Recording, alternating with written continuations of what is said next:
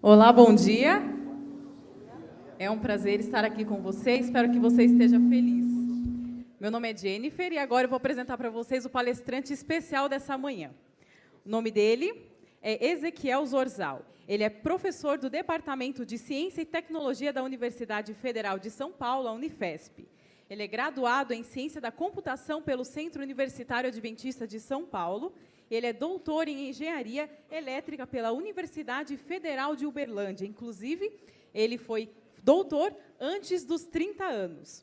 Ele atua como pesquisador na área de computação gráfica, visualização de imagens, informações, realidade virtual e aumentada, e é o criador e mantenedor do portal sobre realidade aumentada no Brasil.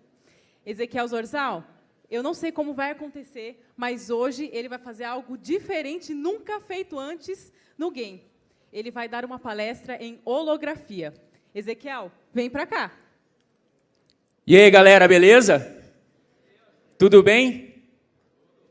E estão tudo desanimados, gente?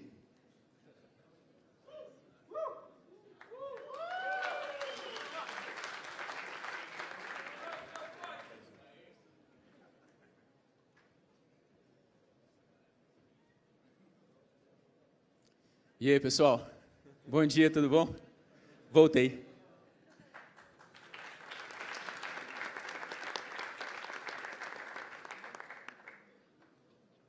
Bom, hoje nós vamos falar um pouquinho sobre realidade aumentada. Só para entender um pouquinho, eu trabalho com realidade aumentada, realidade virtual, desenvolvimento de aplicativos móveis também em pesquisa. Trabalho com ambientes adaptativos, que é a adaptação de interfaces para usuários, gamificação e visualização de informação. Na verdade, todos esses tipos de tecnologias que estão em imersão, que estão emergentes, eu tento já me incluir para tentar adaptar aí para o nosso meio. Eu trabalho na Universidade Federal de São Paulo, aqui no Instituto de Ciência e Tecnologia em São José dos Campos, tá? E ali eu faço minhas pesquisas e, ao mesmo tempo, também tento evangelizar para a volta de Jesus. Hoje nós vamos falar um pouquinho sobre realidade aumentada, mas não somente realidade aumentada. A ideia da realidade aumentada em si é um tipo de tecnologia emergente, mas essa palestra eu gostaria de abranger um pouco mais de todos esses tipos de tecnologias que estão em evolução, que estão emergindo, tá? E basicamente nós vamos dar mais foco na realidade aumentada, mas como o pastor Sam mesmo disse, a ideia é que nós possamos agrupar diversos tipos de tecnologias para que nós possamos, então, criar novas tecnologias, novas aplicações, novas estratégias para poder atingir e levar o evangelho para as pessoas. A nossa palestra vai começar, então, basicamente com a visão geral do que seria esse tipo de tecnologia. A realidade aumentada em si, ela se baseia, ela foi fundada a partir, então, de uma série de passos que foram sendo criados no longo de toda a história, devido à evolução das interfaces.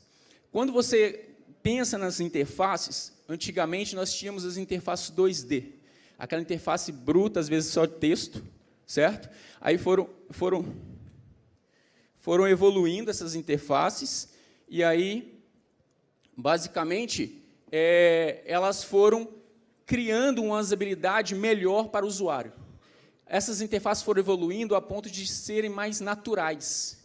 Pensa comigo, hoje, naturalmente, algumas pessoas têm problema em sacar dinheiro no caixa eletrônico, porque elas têm medo de perder o seu dinheiro, têm medo de ter o contato com aquela tecnologia, com aquela interface. Então, elas chegam até o caixa eletrônico e vão tentar sacar o dinheiro e começa ali, ficam confusos e acabam tendo, então, que chamar o auxiliar. E, então, quanto mais natural for essa interface, melhor.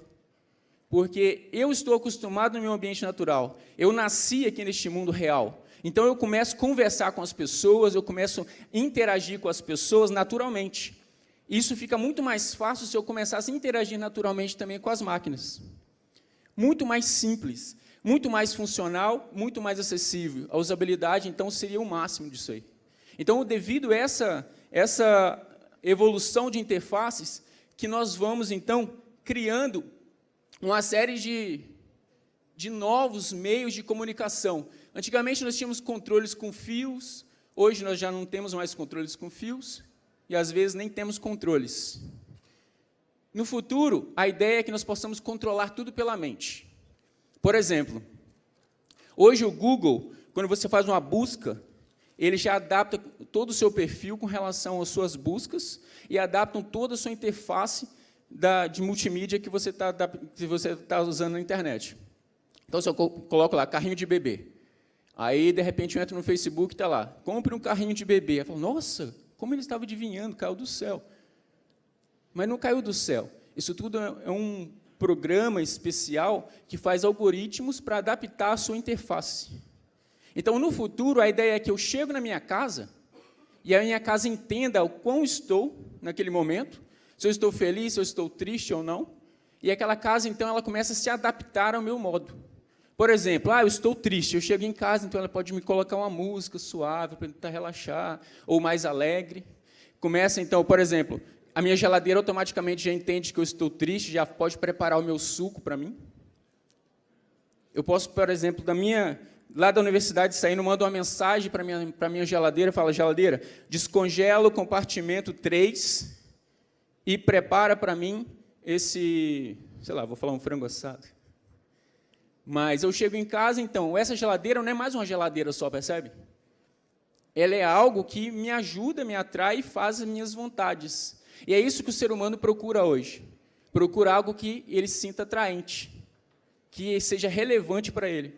Se uma pessoa tem um contato diretamente com a aplicação e aquela aplicação não fazer uma boa interação com ele não se der bem com aquela interação, se não fizer a vontade dele, significa que ele vai estar mal ao utilizar aquilo. É baixa usabilidade para ele, mas pode ser uma alta usabilidade para outra pessoa.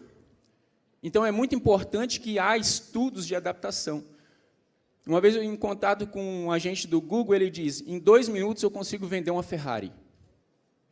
Em 2 minutos ele consegue vender uma Ferrari. Por que ele consegue? Porque ele já tem todos os dados das pessoas no banco de dados, faz uma análise, uma pesquisa, identifica o perfil da pessoa que quer comprar uma Ferrari, manda uma mensagem para ele e fala, opa, caiu dos céus a Ferrari, eu vou comprar. Percebe como é? A realidade aumentada, então, vem com relação à visualização. Antigamente, a gente passava com a realidade mais abstrata, depois com realidade virtual. Então, eu entrava no meu mundo virtual. Aí lá eu jogava, lá eu interagia com outros mundos, né? Hoje, a gente quer trazer o virtual para fora. Por que houve essa evolução de realidade virtual para realidade aumentada? Exatamente aquilo que eu falei para vocês. A dificuldade, às vezes, da pessoa se adaptar a um meio que ele não conhece. Se eu coloco um óculos de realidade virtual e saio do meu mundo real e vou para um ambiente virtual, significa que eu tenho que me adaptar novamente. Eu tenho que começar a conhecer coisas novas novamente. E pode ser que ali eu não me sinto muito bem. Então, trazer os objetos virtuais para fora significa que eu tenho uma interação muito mais natural. As novas dimensões futuras, que antes eram 2D, agora 3D, no futuro vai ser 4D. O que é isso? O virtual vai poder interagir com você e você vai sentir. Em um simpósio que eu fui uma vez, um pesquisador, ele desenvolveu um sistema de voodoo. Como funciona isso aí?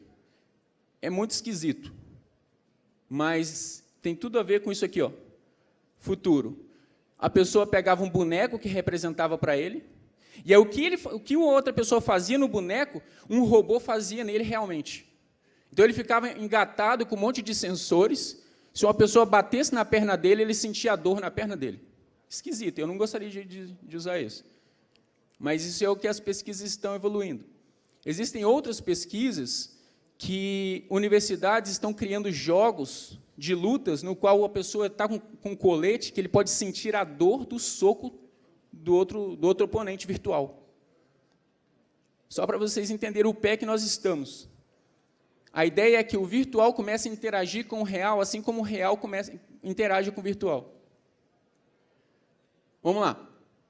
Bom, os ambientes que nós trabalhamos é o real, que é o nosso ambiente, tá? A multimídia, a realidade virtual, a realidade aumentada, alguns ambientes que nós vamos estar trabalhando. Vamos. A multimídia, basicamente, ela é um conjunto de mídias. Eu coloquei um exemplo aqui do pastor Williams, ele dando a notícia do game global, mundial, e isso aqui é um estilo de multimídia. Por que é uma multimídia? E não é considerada uma realidade virtual, isso aqui, uma realidade aumentada? Porque as imagens são pré-gravadas, pré-capturadas. Então, quando eu tenho um vídeo, ou quando eu tenho uma hypermídia, né, um site, no qual todas as vezes que eu vou interagir com aquilo, elas são sempre as mesmas, vão fazer sempre as mesmas reações, ou causar as mesmas reações, significa que eu tenho um sistema de multimídia. E, para eu ter um sistema de multimídia, geralmente eu estudo altas capacidades de transmissão, porque eu pretendo transmitir isso em 4K, enfim.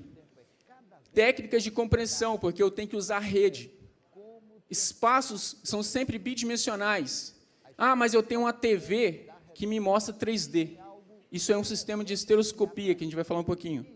Isso é só apenas duas imagens que são colocadas, que dá uma sensação na disparidade que gera, então, a estereoscopia. Os dispositivos são convencionais, geralmente são TVs, monitores, computadores comuns. Tá?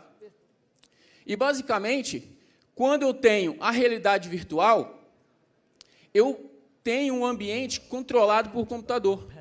E esse ambiente, ele é um ambiente complexo, no qual eu posso interagir, olhar por todas as direções, fazer o que eu quiser naquele mundo, desde que ele tenha alguns limites. Tá?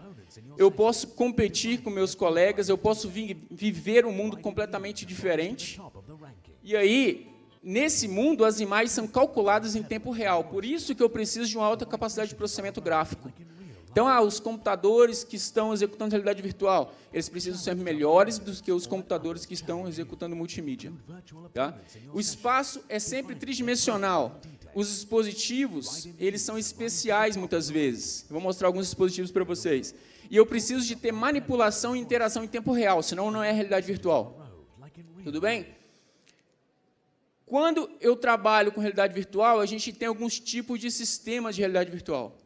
Um dos tipos de sistemas de realidade virtual é um sistema que a gente chama de imersão subjetiva, ou aqueles que não são imersivos. Quais são esses tipos de sistemas? Por exemplo, um jogo do Xbox que você está jogando lá. É um sistema de realidade virtual não imersivo. Apesar de que, muitas vezes, a pessoa fica imersa com aquele jogo, tá? Porque imersão significa você estar lá. A gente vai falar um pouquinho sobre isso aí. Mas esses sistemas que consideram sistemas não imersivos, eles são baseados em monitores, têm um custo reduzido, tá? E também tem uma facilidade de interação, porque você está num ambiente, geralmente esses dispositivos são mais comuns. E também existem aqueles ambientes de realidade virtual que são imersivos. Esses ambientes imersivos, eles podem ser caves ou podem ser um uso de capacetes, HMDs. Eu posso colocar um capacete e aí eu saio, desloco completamente do meu mundo. Aí onde eu viro, onde eu vou, para onde eu vou é o mundo virtual. Ou eu posso entrar completamente como eu estou, dentro de uma caverna digital, no qual tem várias projeções, e essas projeções elas podem estar basicamente ali trabalhando a meu favor. Eu posso interagir com elas.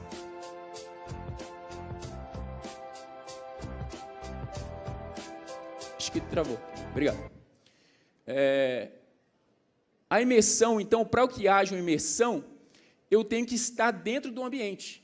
Desculpa.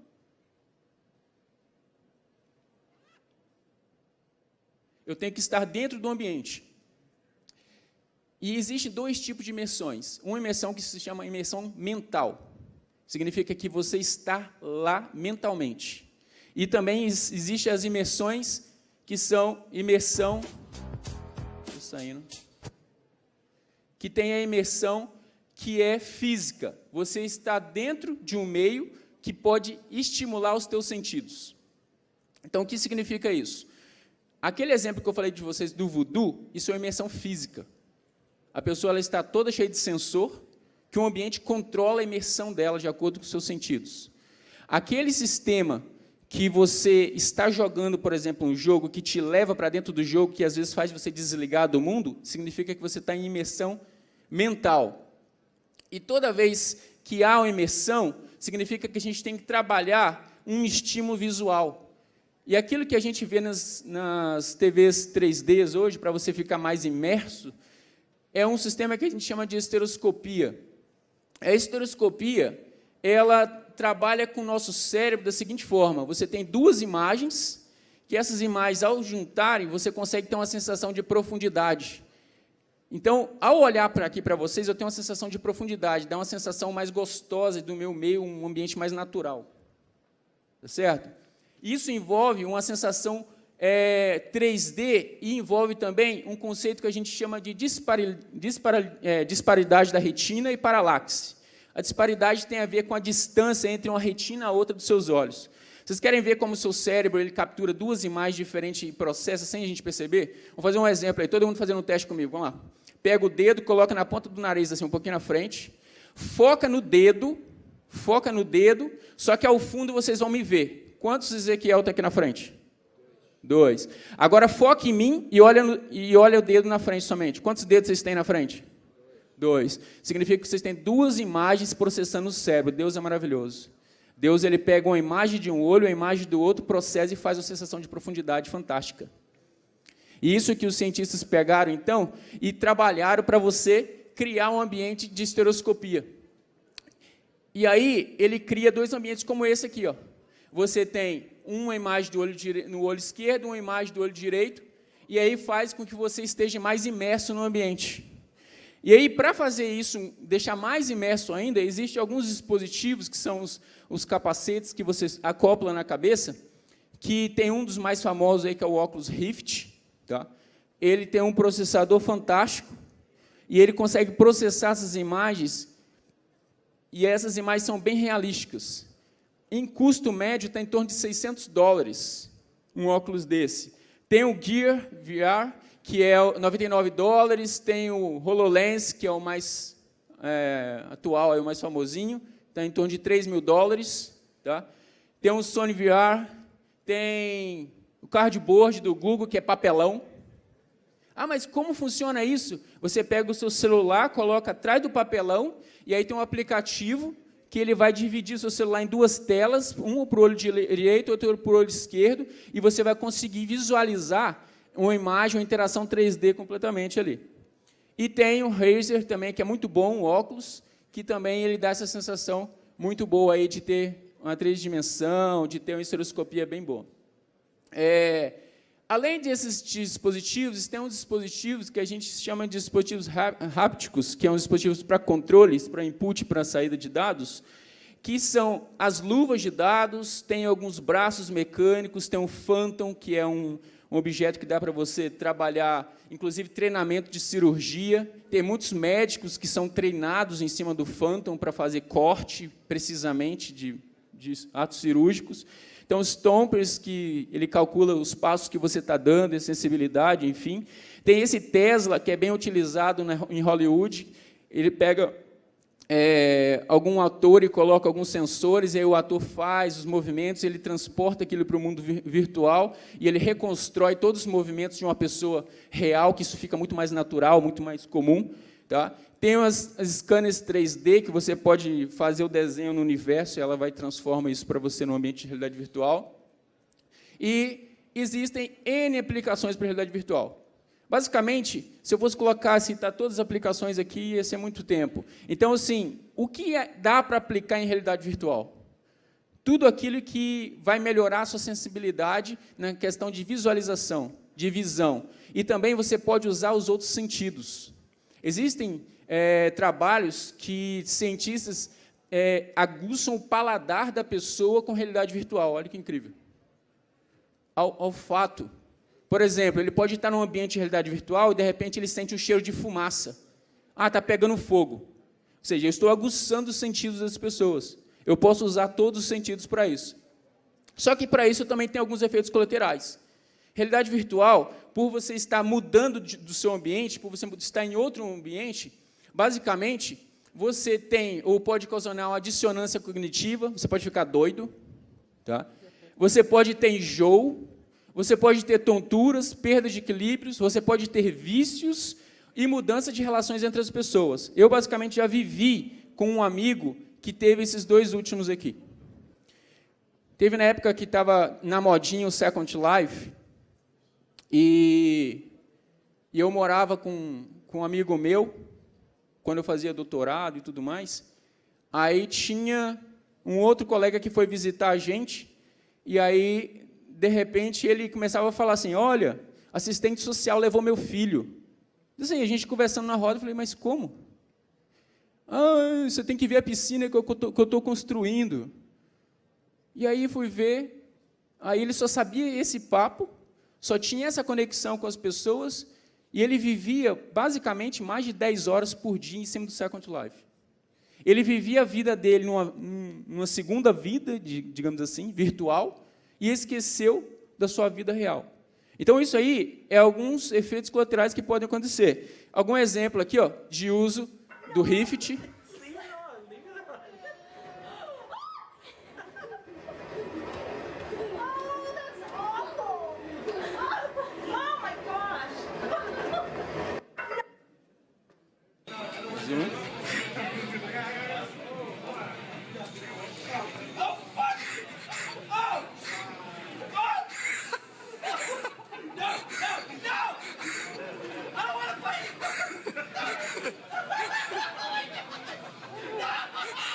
Parece até o Zacarias, né? Quem lembra? E aí a gente entra, então, na realidade aumentada, que é o assunto do tema da palestra, só para a gente encaixar. Qual que é a diferença básica de realidade virtual e realidade aumentada? É que a realidade virtual ela é completamente virtual. Você tem que sair do seu ambiente e ir para um outro ambiente. Você sai do seu mundo e vai para um outro mundo. E a realidade aumentada é diferente. Lembra aquele vídeo que eu coloquei da bicicleta, todo mundo virtual jogando?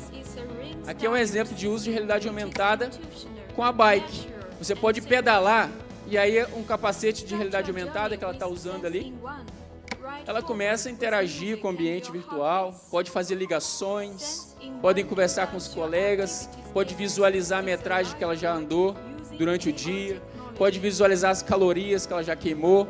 Enfim, são só informações que incrementam o seu ambiente natural. Ela fez uma ligação para a amiga dela, mas essa é a ideia da realidade aumentada. Ele vai aumentar a sua cena, ele vai melhorar as suas interfaces, usando o seu ambiente real. Ele vai manter o sentido da presença, isso que é importante também. Eu não estou aqui falando, mas realidade virtual não presta. Claro que não, porque eu gosto também, eu trabalho com isso e pesquiso com isso. Mas, naturalmente, para todo tipo de pessoa, é muito mais comum você manter-se presente no seu mundo de origem do que você ter que se teletransportar para um outro mundo. O mecanismo para combinar o ambiente de realidade virtual, de real com virtual é necessário. E esse tipo de mecanismo, eu vou mostrar alguns, que são alguns tipos de displays. Pode ser projeção, pode ser celular, e eu vou mostrar alguns aí na frente, tá? Mas isso é importante para realizar a realidade aumentada, tem que ter esse tipo de dispositivo.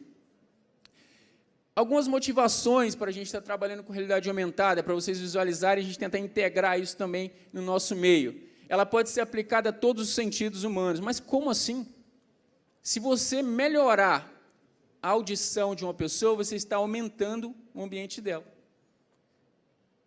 Mas as pessoas que têm alguma deficiência de visual, ela pode ter realidade aumentada? Claro que pode. Quando, deixa eu ver quantos, 11 anos atrás, eu ajudei um professor, lá no NASP, a estar desenvolvendo uma aplicação para cegos. E essa aplicação envolvia técnicas de realidade aumentada. A pessoa, ao passar a mão assim, aí ele identificava o posicionamento com visão computacional e ele já falava algumas informações para ele. Percebe como isso pode ser útil? Os recursos naturais, porque eu posso usar minhas mãos para interagir com o objeto virtual, isso é muito importante. Possibilidade de combinar os modelos com representações no ambiente de origem. Por exemplo, imagine que eu estou aqui fazendo essa palestra, e se fosse um pouquinho mais no futuro, sei lá, talvez daqui 5 anos, 10 anos, acho que aqui no Brasil talvez pode demorar um pouco mais, mas uns 5 anos, eu acho. Eu esteja com óculos aqui, ó, e aí, ao visualizar todo mundo aqui, já está todo mundo cadastrado, eu já poderia ter um rótulo sobre a cabeça de cada um. Aí eu já poderia indicar diretamente e falar, oi, Carlos, tudo bem? Sem eu conhecer, percebe? E eu olhar para a pessoa, eu consigo também puxar uma informação mais interessante. Por exemplo, eu quero saber qual que é o interesse dela. Porque eu posso estar falando um monte de baboseira aqui. Eu posso estar falando coisas que tem pessoas que não querem ouvir. E aí, se eu tenho, então, esse feeling, aí eu falo, opa, peraí, deixa eu mudar um pouco o sentido da minha palestra. Eu estou pregando, aí eu consigo ver as sensações das pessoas. Ao olhar para o meu público, na hora que eu estou pregando, eu visualizo, peraí, tem umas pessoas que estão desatentas e a necessidade delas, de acordo com o perfil adaptativo delas, é que elas precisam de uma mensagem relacionada à família. Eu olho para a minha igreja como um todo e falo, nossa, 70% da minha igreja está com um pouco de deficiência no lar. Então, eu vou começar a voltar minhas palestras para isso. Eu olho para aquele povo assim, começo a olhar para ela e falo assim, isso aí a gente pode até decidir, né? Falar, isso aqui é uma invasão de privacidade. Mas o seu perfil é público. Hoje você já aprovou o seu perfil publicamente. Se você tem rede social, se você usa a internet, você é público. Os seus dados estão lá, e muitas vezes o Facebook sabe mais da nossa vida do que a gente mesmo. Porque, de acordo com o que a gente vai interagindo, eles conseguem entender os nossos sentimentos. E, às vezes, a gente publica coisa que eles podem, inclusive, identificar que tem algum perfil psicopata na rede. Você acredita nisso? Existem ciência atrás disso. A pessoa consegue identificar perfis psicopatas em redes sociais somente pelas publicações dela. Então, isso é muito vasto o campo. Quando a gente fala de realidade aumentada, existem alguns componentes que são básicos. Primeiro, eu preciso de um tracking. O que é um tracking? Aquilo que vai rastrear o objeto virtual para estar mostrando no meu ambiente. Significa que eu posso usar uma visão computacional para isso, eu posso pegar uma marca e fazer essa marca acontecer alguma coisa. Eu posso usar também ambientes sem marcas, eu uso posições, GPS, enfim. E eu posso usar displays para estar utilizando isso, posso usar HMDs, projetores, monitores, e aí para isso eu posso usar algum celular, posso usar alguns processadores, computadores para estar processando também. Tá? Aqui alguns tipos de sistemas. Tenho visão ótica direta por vídeo, que é um sistema de um capacete que tem uma visão... a ótica ela é translúcida, é como se fosse um óculos. E a por vídeo é como se eu tivesse... Se acabasse, por exemplo, a energia, praticamente eu perco toda a visão. Então, a ótica ela é translúcida, se acaba a energia, eu continuo vendo normalmente todas as pessoas, é como se fosse meu óculos. E por vídeo, ele tem como se fosse um monitor tampado na frente, que tem uma câmera capturando o ambiente real, que vai processando e mostrando como se fosse um monitor. Quem lembra daquele monóculo da vovó? Que colocava assim no olho e via lá no fundo. É mais ou menos essa sensação que a gente tem quando usa um óculos. Tá? Só que é uma sensação mais interessante. Aqui, o celular funcionou? Não? Está com ele aí? Eu poderia, por exemplo, usar monitores, eu posso usar até o meu próprio celular para estar fazendo alguma interação. Vou tentar mostrar aqui, não sei se vai funcionar direito. Por exemplo, pode deixar aceso, por favor? Por enquanto. Eu posso pegar meu celular e eu posso usar isso como realidade aumentada também. Eu fiz aqui um cartazinho aqui da Associação Paulista do Vale, porque a gente está aqui no território, então a gente vai fazer aqui uma média. E também é a minha associação. E aí eu posso pegar aqui, por exemplo, o meu celular, e aí ao ver o jornal eu posso ter informações extras. Por exemplo, quando eu mostrar aqui para um objeto qualquer, eu não sei se dá para ver, mas ele apresenta o mundo. Por exemplo, estamos nas mãos de Deus. Aí eu quero fazer uma campanha de marketing, a pessoa baixa o aplicativo, ele pode ver aqui um ambiente, aqui um mundo 3D, não sei se dá para ver, está meio distante. Ou também eu posso pegar e ter informações extras mesmo. Peguei aqui um exemplo aqui de vídeo. Deixa eu ver se eu aumento aqui. E aí eu posso pegar aqui o vídeo aqui uma outra informação aqui. Como é que fechou?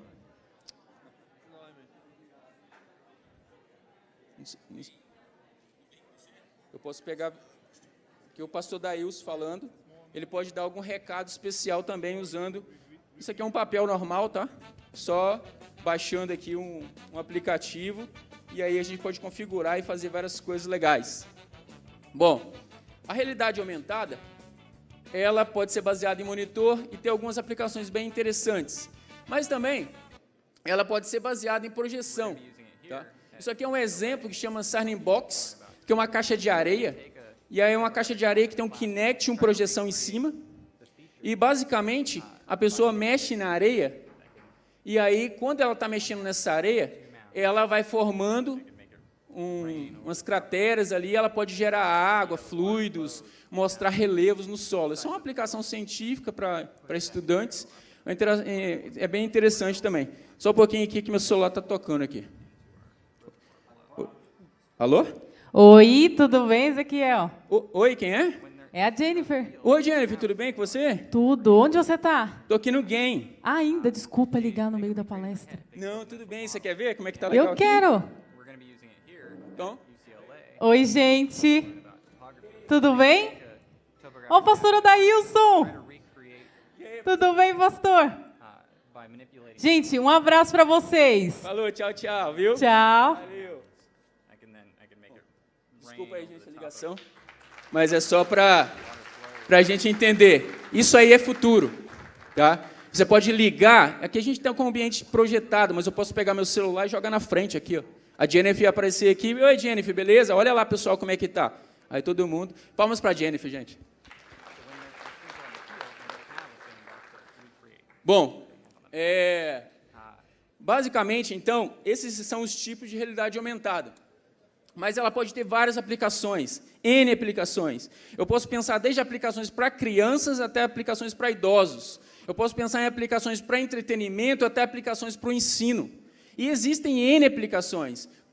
Quando eu comecei, há 11 anos atrás, há 12 mais ou menos, a gente tinha 3 grupos de pesquisa no Brasil, começando. E aí eu incluí um deles. Hoje, basicamente, quase todas as universidades federais têm um grupo de pesquisa que trabalham em cima de realidade aumentada. Isso aí está crescendo de uma maneira extraordinária.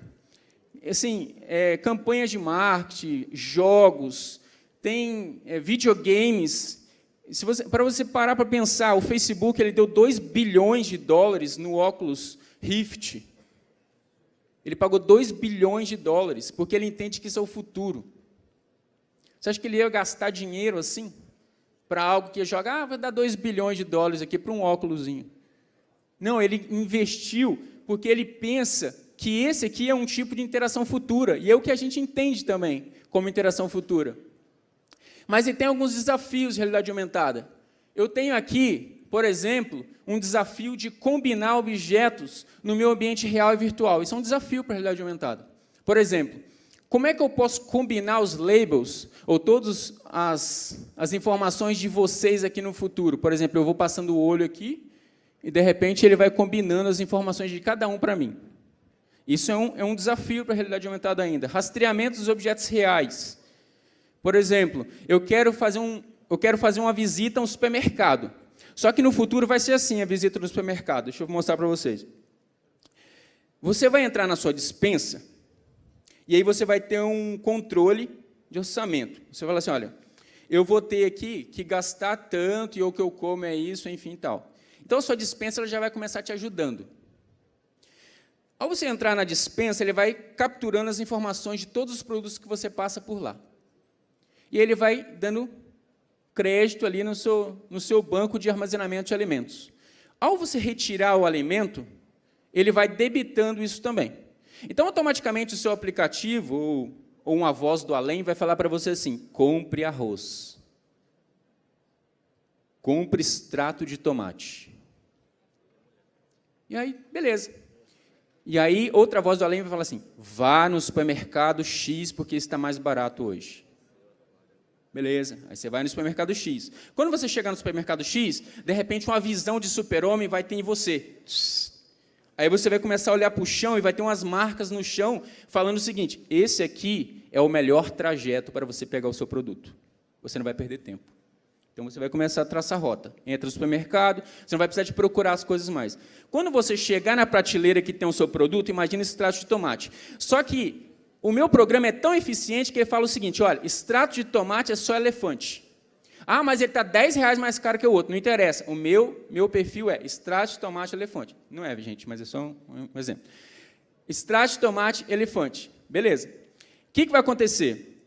Quando eu olhar para a prateleira, todos os extratos de tomates, porque daqui a 10 anos vai ter muito mais do que hoje, então você vai ter, assim, sei lá, 7, 10 tipos de extrato de tomate. E vai estar rotulado o seu extrato de tomate elefante. Aí ele vai estar mostrando lá, tá ali.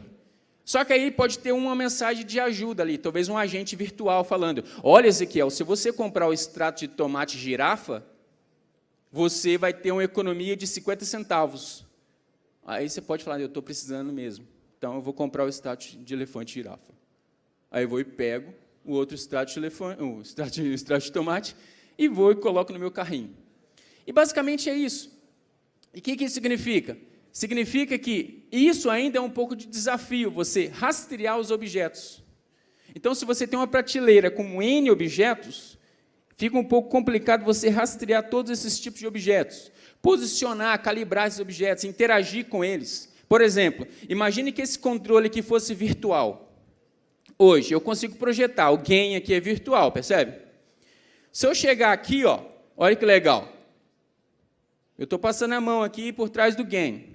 Só que se eu quiser pegar esse gain e sentir ele, ainda é um desafio. Porque se eu colocar a mão nele, eu não consigo pegar. Mas o que a gente pretende? Sintetizar isso aí. A ideia é que eu consiga pegar o objeto virtual. Então, esse é o caminho do futuro das evoluções de tecnologia. E, pensando nisso aí, eu fiz uma pergunta que tem tudo a ver com onde nós estamos. O que tem a ver? O que tem a ver eu ter falado isso para vocês aqui hoje? O que vocês acham que é importante nisso aqui, que pode ser aplicado nessa plateia? Porque é uma plateia totalmente diferenciada. É um público que está aqui, que buscar almas para Jesus. E o que tem a ver a tecnologia com essa pessoa? Tem a ver o seguinte, se a gente bater um selfie do Brasil, a gente vai começar a identificar os perfis das pessoas. E como o pastor Sam falou, as pessoas estão mudando. E se a gente analisar o Brasil hoje, nós temos 58% dos brasileiros acesso à internet. 58% têm acesso à internet.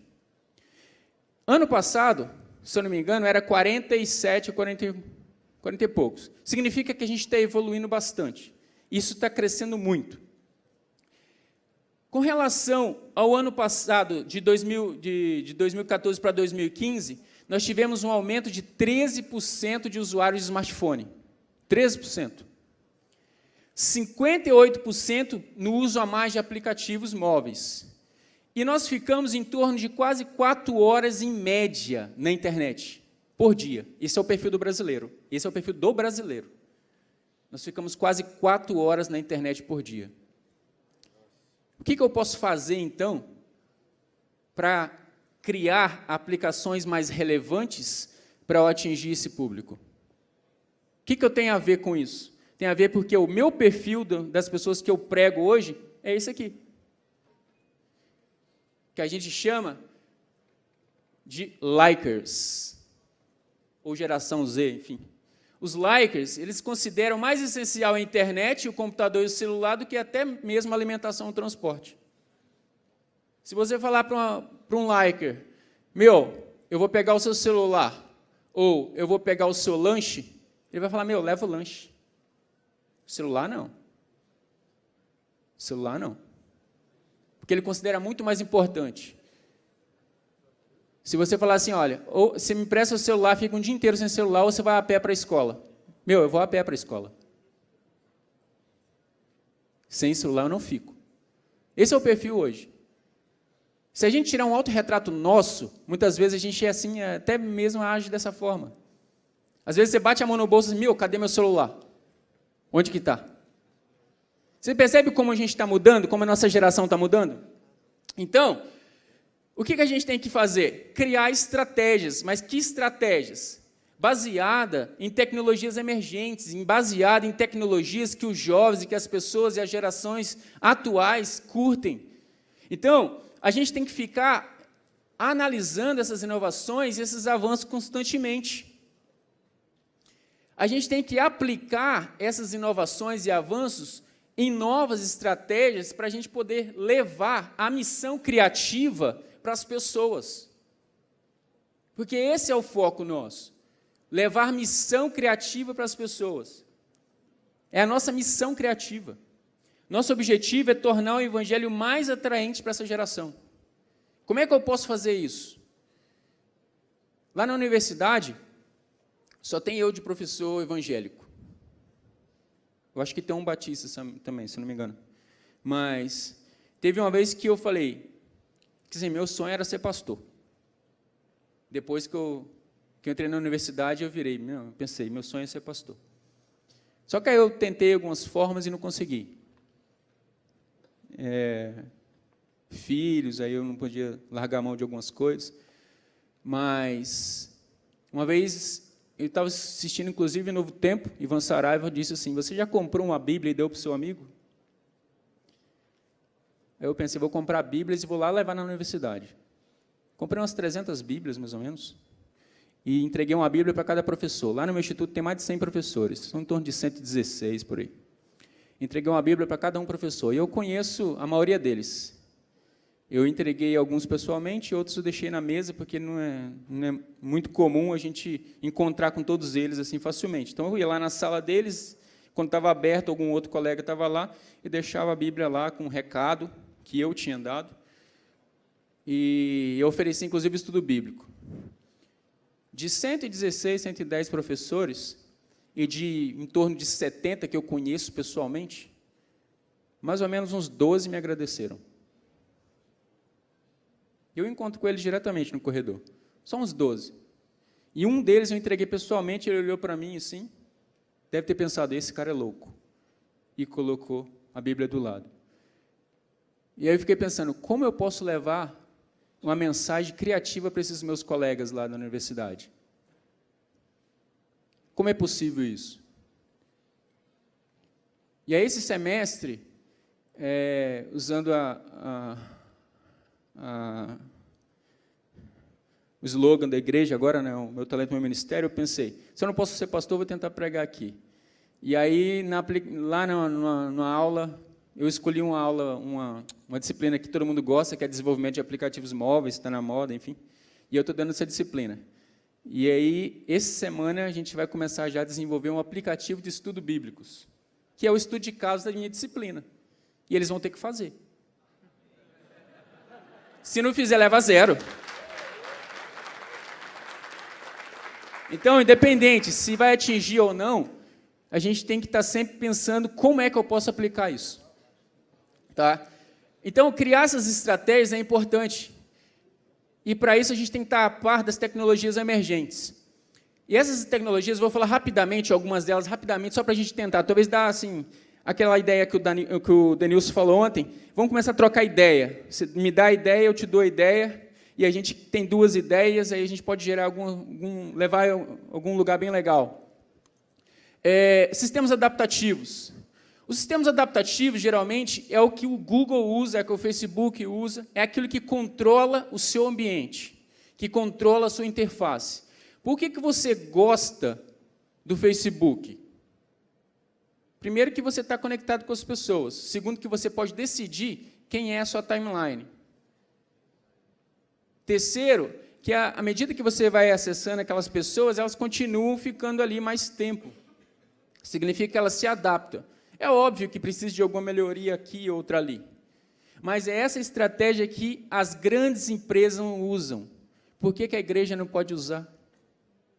Por que eu não posso pensar em adaptar o evangelho para o perfil da pessoa que está aqui hoje? Percebe? O controle do ambiente do usuário é baseado conforme um sistema de adaptação. Como é feito isso? É uma análise estatística que a gente faz computacionalmente pode usar algumas regras de Bayes, enfim, isso é mais assunto computacional, mas eu analiso, faço a extração dos dados, analiso esses dados, então identifico qual é o perfil da pessoa e falo, essa pessoa é do perfil tal. E é certeza que se eu jogar um conteúdo para aquele perfil, ela vai falar assim, nossa, que conteúdo interessante. Percebe como fica mais fácil eu desenvolver estudo bíblico se eu souber o perfil da pessoa? Veja como é simples a gente falar de Deus para uma pessoa que está sofrendo, que precisa de alguma coisa. Porque isso acalma a pessoa. Mas se a pessoa está em outra situação, como é que eu posso identificar isso? Eu posso trabalhar com esse tipo de sistema. Outros tipos de sistemas que são interessantes. Agentes e equipamentos autônomos, robôs, assistentes virtuais. Isso faz brilhar os olhos da criançada, dos jovens, das pessoas de hoje. Drones. Você usar drones para o evangelho. Olha que interessante. Como eu posso usar um drone para divulgar o evangelho? Já pensaram? Como é que eu posso usar a tecnologia atual? Um drone. Vou pegar um drone aqui agora e começo a divulgar o evangelho para essa pessoa. Primeiro que a pessoa vai ficar olhando, nossa, um drone falando de Deus? Aquilo que o Denilson falou sobre as sinapses, aquilo é totalmente real. Se você tem uma representação extraordinária na sua vida, seja ela algo que te comoveu muito para o bem ou para o mal, você vai lembrar aquilo para sempre. Eu vou fazer uma brincadeira com vocês agora, olha só. Se você pensar no que você comeu no dia, sei lá, 15 de janeiro, você consegue falar para mim o que você comeu no dia 15 de janeiro desse ano? Você consegue falar para mim o que você comeu no dia 25 de dezembro do ano passado? Consegue? Mas por que você consegue? Porque é uma data especial. Você só consegue lembrar aquilo porque você associa com a data especial que foi interessante para você e você consegue captar aquela informação. Mas no dia 15 de janeiro, se não foi uma data especial para alguém, você não vai lembrar o que você comeu. Não vai conseguir lembrar. Então, se você divulgar o evangelho de maneira extraordinária, o cara vai lembrar da maneira extraordinária e, ao mesmo tempo, ele vai lembrar do evangelho que você divulgou. O que é mais fácil fazer, causar um impacto? Você entregar um panfleto na rua da Semana Santa ou você atravessar um semáforo com a cruz em Cristo? Percebe? Outras aplicações, tecnologias vestíveis, é mais comum hoje, você tem relógios, você tem vários gadgets que são anexados ao corpo humano. É possível usar isso para o evangelho, com certeza.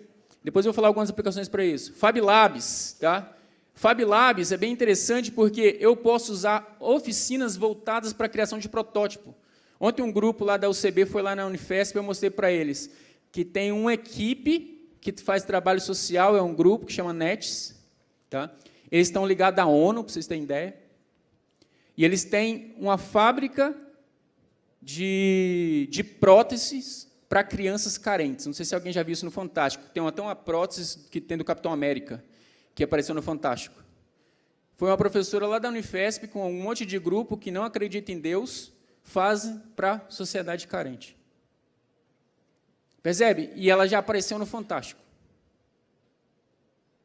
Então, essas coisas são bem interessantes para que a gente possa pensar como é que a gente pode pregar o evangelho. Computação afetiva significa você ter habilidade para interpretar a emoção do usuário. Basicamente, você pode, inclusive, hoje, com os gadgets, por exemplo, você pode identificar, essa pessoa está estressada, ela está com a pressão alta, ela está triste, ela está feliz ou não. Hoje existem estudos de redes que a gente consegue identificar, olha, esse grupo, essa comunidade aqui na rede do Twitter está triste. Não, esse aqui está feliz. Nós fizemos um artigo na época da Copa, lá na universidade, eu e um amigo meu, nós pegamos e coletamos dados de 1 mês ou 2 antes da Copa e 1 mês ou 2 depois da Copa para ver a sensação dos brasileiros com relação a antes, durante e depois da Copa. A gente estudou isso, computação afetiva. Pegamos todos os dados coletados pelo Twitter, todos os twitters do mundo, a gente analisou milhões de twitters, ficou coletando o dia inteiro, colocamos um servidor para isso, E aí nós analisamos o perfil da Copa. Então, antes da Copa, estava aquela manifestação. Aí o perfil do brasileiro no Twitter, tá, gente? Não é o brasileiro como um todo, ele não estava muito feliz. Quando começou a Copa, todo mundo ficou feliz. Ou seja, foi um ponto ali que, vamos tentar derrubar. Se não derrubou, beleza, vamos na onda. Ficaram felizes. Quando o Brasil perdeu, ficaram de novo tristes. E aí depois continuou um pouquinho triste de novo. Então, a gente analisou isso. Então, é possível identificar qual que é a comunidade, como é que está o meu membro, como estão as pessoas ao meu redor, porque amar o próximo é o máximo do Evangelho de Cristo. Como é que eu posso identificar para aquela pessoa e tentar ajudar aquela pessoa? Eu posso usar a tecnologia para isso. Eu posso pegar a tecnologia porque o perfil é público. Se eu identificar que ela está triste por algum motivo, eu posso tentar ajudar. Percebe? Bom, mobile, tá, aplicativos, isso aí não tem nem o que comentar. O Google considera o controle remoto do mundo, o controle remoto da vida. O Google considera o celular, os aplicativos, o controle remoto da vida. Esse foi o termo que eles usaram para um artigo que eles identificaram ano passado e publicaram um review deles. O celular e os aplicativos é o controle remoto da vida. Eu falei, mas como? Vocês sabiam que as pessoas usam mais o celular para jogos e para uso de redes sociais do que até mesmo para ligação? Vocês sabiam que tem pessoas que têm celular que nunca fez uma ligação? Vocês sabiam que tem pessoas que têm 2 celulares, um para jogo e aplicativos e outro que faz alguma ligação simples? Significa o seguinte, que essas plataformas, elas são conectadas. E aquilo que eu falei para vocês no início eu mando uma mensagem para a minha geladeira, ela identifica com a minha mensagem. Eu mando uma mensagem para, para a minha casa, ela vai identificar aquela mensagem. Não precisa nem de mandar mensagem, eu estou passando por perto, alguma rede aqui tem um Bluetooth acionado, ele já identifica que eu estou passando próximo e as coisas vão se adaptando para mim. Por exemplo, eu não gosto dessa luz apagada. Acende a luz, acende a luz. Estou passando perto da luz. Acende a luz. Acende a luz. Essa aqui. Não? Está quebrado. Acende outra luz aí, qualquer. Estou passando perto e não gosto de escuro. Acende outra luz. Então apaga, vai, gente, vai. Não gosto de luz acender, pronto. Essa é a ideia, percebe? Eu estou passando próximo com o celular, ele vai identificando o ambiente e ele vai acendendo a luz para mim. Ah, não gosto de luz acesa, pode apagar, por favor. Viu como funciona? Então, essa é a ideia no futuro. As tecnologias vão estar conectadas com o meu ambiente. Bom, e a favor do Evangelho, como é que eu posso usar isso, então? Primeiro, a gente tem que aproveitar a conectividade. Como é que eu posso aproveitar a conectividade? Usar a rede para a difusão do Evangelho. Nunca como antes nós estamos tão conectados. Isso é simples. Mas divulgar o Evangelho significa eu apenas compartilhar uma mensagem no WhatsApp? Muitas vezes isso se chama spam, infelizmente. E acaba prejudicando, inclusive, a mensagem. A gente tem que analisar e identificar o perfil da pessoa, analisar o bom senso e saber como é que eu posso identificar isso. Como é que eu posso fazer essa difusão? Tá? Desenvolver aplicativos interativos com cunho social, fantástico. Técnicas de adaptação para melhorar o aproveitamento desses aplicativos, do uso da rede, adaptar esses aplicativos. Técnica de computação afetiva para melhorar o envolvimento da pessoa, a interação com eles, identificar quais as pessoas que estão tristes, de repente ela recebe uma mensagem de alívio e conforto. Aproveitar a inovação. Eu posso, por exemplo, pegar a técnica de realidade aumentada, técnica de realidade de visualização de informação e fazer essas combinações. E eu posso pegar, inclusive, usar técnicas de gamificação. Eu posso pegar conceito de progressão, conceito de fluxo, eu posso pegar conceito de recompensa, conceito de fisgada, que a gente tem também. E aqui, eu tenho aqui um presente, uma camisa. Quem quer uma camisa? Quem quer uma camisa, vem aqui. Beleza. Essa é a condição. Essa é a condição, sistema de recompensa. Quem quer a camisa, vem aqui. Percebe? Quem quer um pendrive? Pera aí. Quem quiser o pendrive vai ter que mandar um SMS para o meu amigo, um amigo seu na minha frente, falar: o game está demais, vai. Um SMS ou um zap. Não, para mim não, para qualquer pessoa que não esteja aqui. O game está demais, Jesus te ama, vai. Sistema de recompensa, gamificação. Amém. Sistema de recompensa. Vocês percebem como as pessoas ficam loucas por isso? Percebem? Quase se machucaram aqui. Mas isso aqui é o que a gente pode usar. Qual que é o sistema de recompensa? Para mim, a recompensa do Evangelho é Cristo, mas para as outras pessoas pode ser que não. Como é que eu posso atrair as pessoas para Cristo? Qual é o sistema de recompensa para isso? Tá? Aproveitar a criatividade, o uso de Fab Labs na missão. Nós temos que desenvolver objetos, próteses, enfim, criar laboratórios de ensino profissionalizante. Utiliza o slogan da igreja, né? Meu talento, meu ministério. Pega, capta pessoas que conseguem fazer, engenheiros, conseguem criar coisas novas, cria ambientes diferentes, vá até a sociedade carente, ensina para elas algo novo e fala de amor de Jesus para elas. Eles vão falar: essa pessoa se importa comigo, assim como Jesus me importa comigo também. Percebe como eu posso usar isso tudo? Eu posso ter também vantagens de estarmos conectados. Essas vantagens, basicamente, é conquistar a nova geração de Likers. Essa nova geração. Essa vantagem de a gente utilizar novas tecnologias, de estarmos conectados o tempo todo, de usar essas tecnologias emergentes, significa que a gente pode conquistar as novas gerações, nós podemos fortalecer a marca da igreja, nós podemos melhorar a experiência para o público e também nós podemos ter uma mobilidade de formação muito maior. E, além disso, nós conseguimos também antecipar as tendências. Há 11 anos atrás, eu fazia realidade aumentada. Depois de 3 ou 4 anos que eu estava trabalhando com realidade aumentada, teve uma das primeiras aplicações de realidade aumentada no Brasil, que foi da Skull Sensation. Você percebe isso?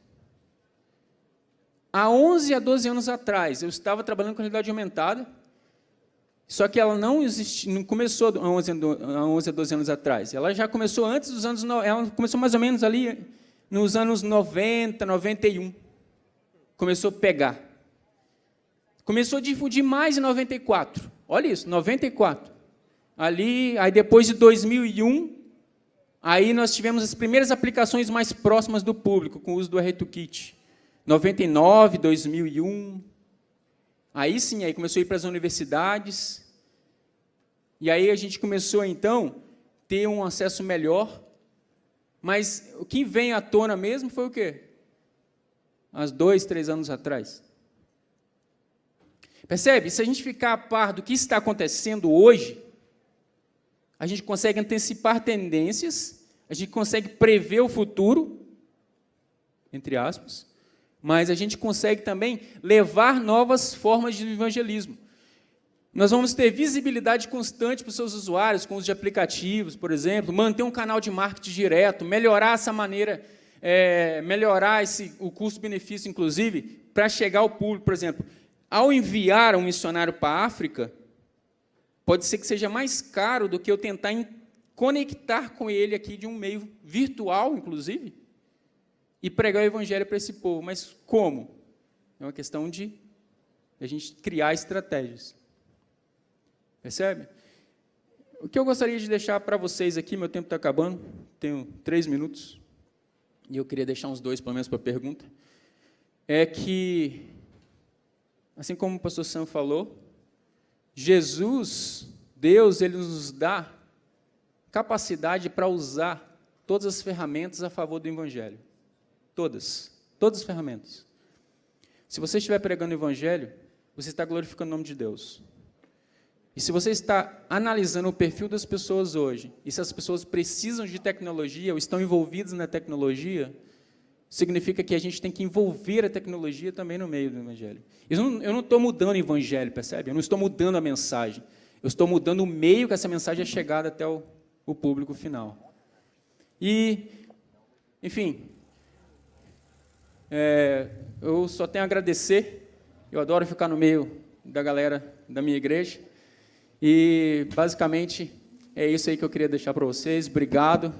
Se vocês tiverem alguma pergunta, está aí meu contato também. Valeu.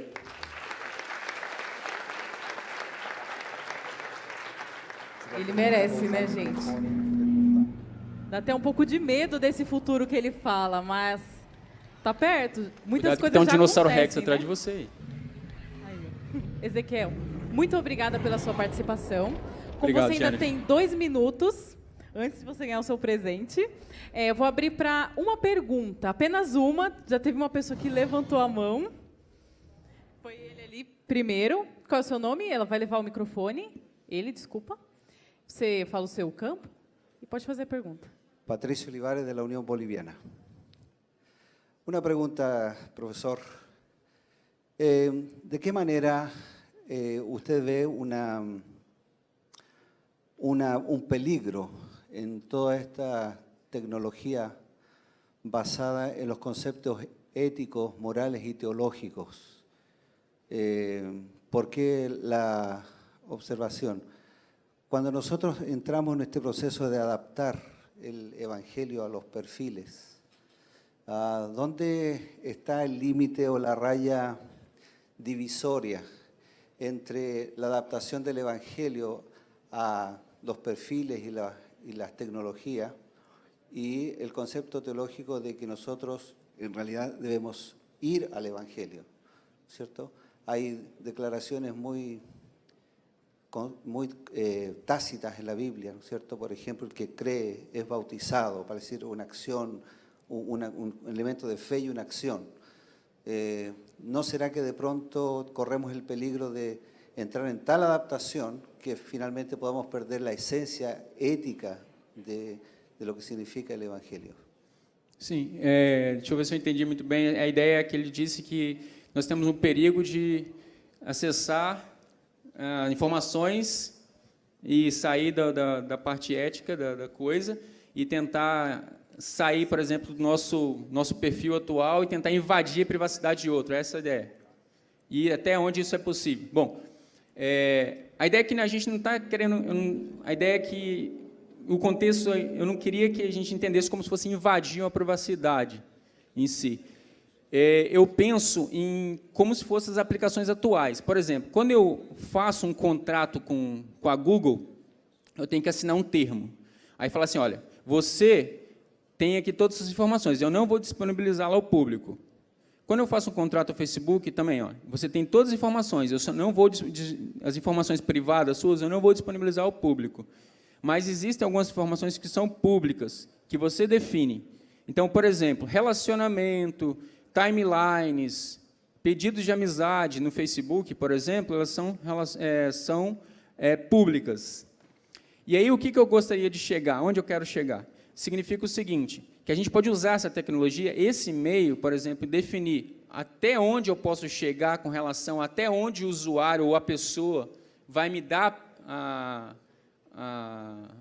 vai liberar essas informações para mim, para eu estar acessando, e sabendo dessas informações, eu conseguir me adaptar para chegar mais próximo dela. Assim como tem, por exemplo, em algumas Bíblias e alguns livros, diz assim, ó, como é que eu posso chegar em uma pessoa que é católica? Como é que eu posso levar a mensagem para uma pessoa que é budista? Então, a minha ideia é essa, você pegar, adaptar a mensagem para um público específico. Então, assim, eu não estou querendo invadir a privacidade, ou a ideia não era invadir a privacidade, nem, por exemplo, jogar evangelho assim, diferenciado, né, para as pessoas. A ideia é pegar a mensagem realmente, que ela é, como ela é, e pensar, como é que eu posso levar essa mensagem? Vai ser através de um jogo, por exemplo? Vai ser através de uma holografia? Vai ser através de uma revista? De uma aplicação? E aí, qual que é a mensagem que essa pessoa espera? Essa pessoa está precisando de uma mensagem mais que fala do amor de Jesus. Então, eu posso pegar o que ela gosta, por exemplo, ela gosta de ler. Aí eu posso pegar uma mensagem que ela precisa, que é do amor de Jesus, e eu entrego para a pessoa. Percebe como está adaptado? Então, eu posso pegar, por exemplo, adaptar uma mensagem. Por exemplo, eu sei que a Jennifer é jornalista. Então, eu poderia pegar e fazer um cartão especial para ela, em formato de jornal, e escrever para ela algumas passagens bíblicas. Ela vai gostar do cartão porque está em formato de jornal e porque alguém deu para ela especialmente, e vai analisar, olha que legal esse cartão em formato de jornal, eu vou ler. E aí, se aquela mensagem ainda estiver adaptada para ela, melhor ainda. Percebe a ideia? Então, eu não sei se eu consegui responder a pergunta do senhor. É isso? Acho que ele ficou satisfeito. Parabéns. Então, Ezequiel, muito obrigada. Eu que agradeço muito. É muito bom saber que a gente tem uma pessoa tão talentosa trabalhando para a igreja. Deus abençoe. Deus te abençoe sempre. Foi um prazer ter você conosco. Obrigado, prazer é meu. Mais uma salva de palmas para ele, gente. Obrigado, gente.